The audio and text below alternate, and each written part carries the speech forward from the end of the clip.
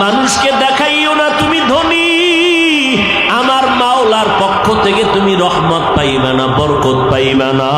গোপনে গোপনে দিয়া দাও, দেখবা তোমার টাকা তুমি নিজে কেন, তুমি মইরা গেলে তোমার 10 বংশ খাইয়াও শেষ করতে পারবে না। গরিবের হক আদায় করার মাস এই রমজান, শিক্ষা গ্রহণ করো।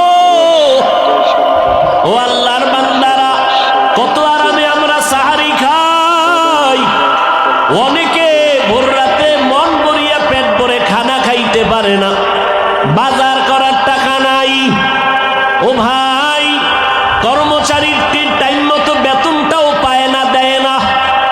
ও আল্লাহর বান্দারা, কি রমজান তোমাকে শিক্ষা দিল, আল্লাহর ভয় তাকওয়া অন্তরে জমা করে নাও। ওই গরিবের খাওয়াইলে ও তোমার জন্য দোয়া করবে। ও ভাই, হাদিস কি শুনো নাই?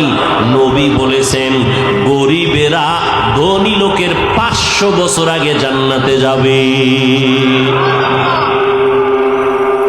এজন্য নবী বলেন আমি গরিবের বেশি ভালোবাসি। ও আল্লাহ, তুমি আমার এই গরিবের সাথে জান্নাত দিও। আমি গরিবের বড় মহব্বত করি। খন্দকের যুদ্ধ, নবী পরীক্ষা খননে লেগে গেলেন। সাহাবায়ে কেরাম কাজ করে, গর্ত খনন করে, পাথরওয়ালা জমিন, ঠাডা ভাঙ্গা রৌদ্র। নবী নিজেও কাজ করতেছেন। যেই নবীর শরীরের মধ্যে মশা মাছি পড়া হারাম, সেই নবী কাজ করতেছেন। ও নবীর উম্মতেরা, এবার কিছুক্ষণ পর একদল সাহাবায়ে কেরাম নবীর সামনে দাঁড়াইলেন। নবী গো, কাজ করতে পারি না, ক্ষুধার তৃষ্ণা সইতে পারি না। জামাটা উঠাইয়া নবীর দেখাইতেছেন, নবী ক্ষুধার কারণে একটা পাথর পেটের মধ্যে বেঁধে রাখছি, তারপরও কাম করতে পারি না, কষ্টের কাম। নবী বলে তোমরা কি ভাবছো আমি বুঝি আরামে খাইয়া তোমাদের কষ্ট দেই? মায়ার নবী, দয়ার নবী, রহমতের নবী জামা মোবারকটা উঠাইয়া কয় দে, তোমরা ক্ষুধার কারণে পাথর পেটে বেঁধেছো একটা, আর আমি নবী পাথর বেঁধেছি 2টা।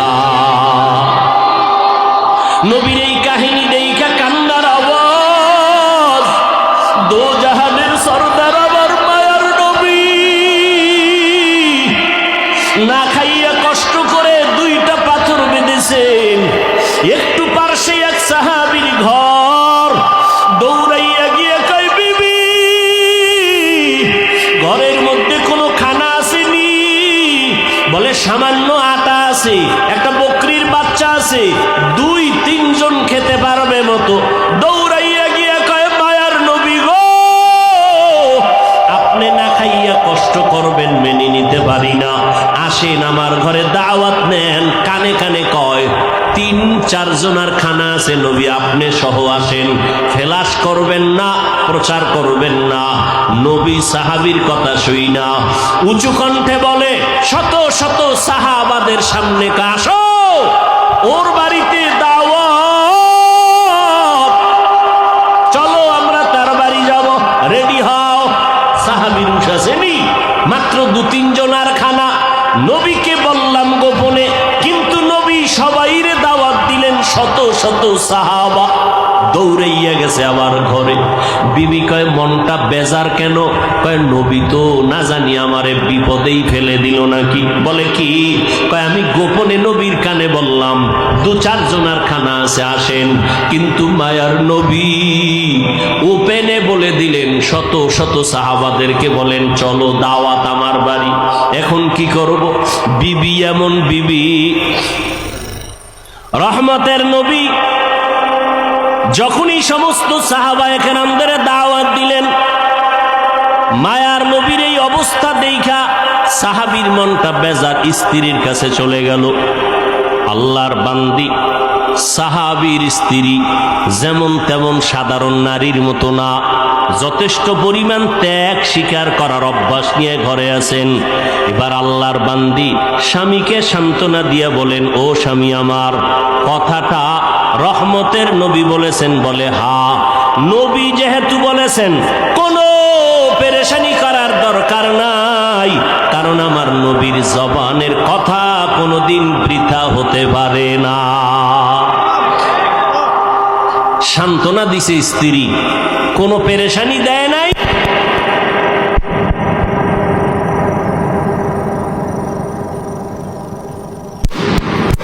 যাও ঘরে যাও, ঘরে গিয়া বিবিরে রুটি বানাইয়া একটা পাত্রের মধ্যে ঢাইকা রাখতে বলবা, আমি আইসা সেই পাত্রের ঢাকনা উঠাবো আমার হাতে। বকরির গোশত একটা পেয়ালায় রাখতে বলবা, ঢেকে আমি এসে উঠাবো। সাহাবী আবার দৌড়াইয়া রুটির পেয়ালা ঢেকে রাখলেন, গোশতের পেয়ালা ঢেকে রাখলেন। শত সাহাবায়ে কেরাম নিয়ে নবী গেলেন, এবার গোশতের পেয়ালা এনে দাও, ঢাকনা সহ রুটির পেয়ালা এনে দাও।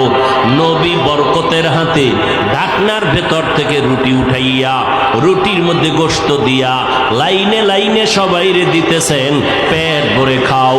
শত শত সাহাবায়ে কেরাম পেট ভরে খাচ্ছেন, সবাই সবাই পেট ভরে খাওয়ার পর মায়ার নবী ওই পেয়ালা আর ওই রুটির পেয়ালা, গোশতের পেয়ালা ঢাকনা সহ বলে, ও সাহাবী ঘরের মধ্যে নিয়ে যাও।